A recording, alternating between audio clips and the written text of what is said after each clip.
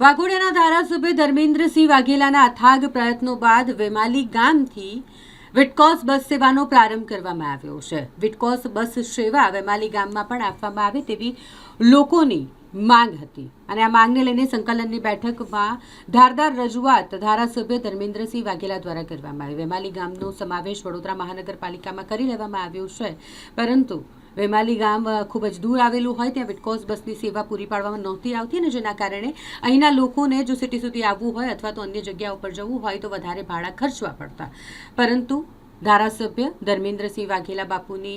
અથાગ પ્રયત્નો અને સંકલન બેઠકમાં ધારદાર રજૂઆતને કારણે હવે વિટકોસ બસ સેવાનો લાભ વેમાલી ગામના લોકોને પણ મળશે। આજથી આ બસ સેવાનો પ્રારંભ વેમાલી ગામથી શરૂ કરવામાં આવ્યો છે। આજે વેમાલી ખાતે જે વાઘોડિયા વિધાનસભામાં આવે છે, વડોદરા શહેરના કોર્પોરેશનમાં આવે છે, એ આજે વિટકોસ બસનું અહીંયા જે આપણા લોકોને અવર જવર માટે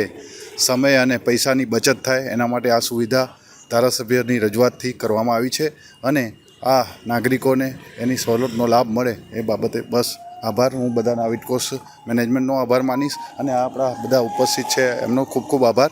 કે આ લાભ મળે અને આવો જ આવો વિકાસ વેમાલીનો થતો રહે। સેવામાં ક્ષેત્રના લોકપ્રિય, જનપ્રિય, સૌને ગમતા અને સૌને વાલા એવા અમારા ધારાસભ્ય શ્રી આમ તો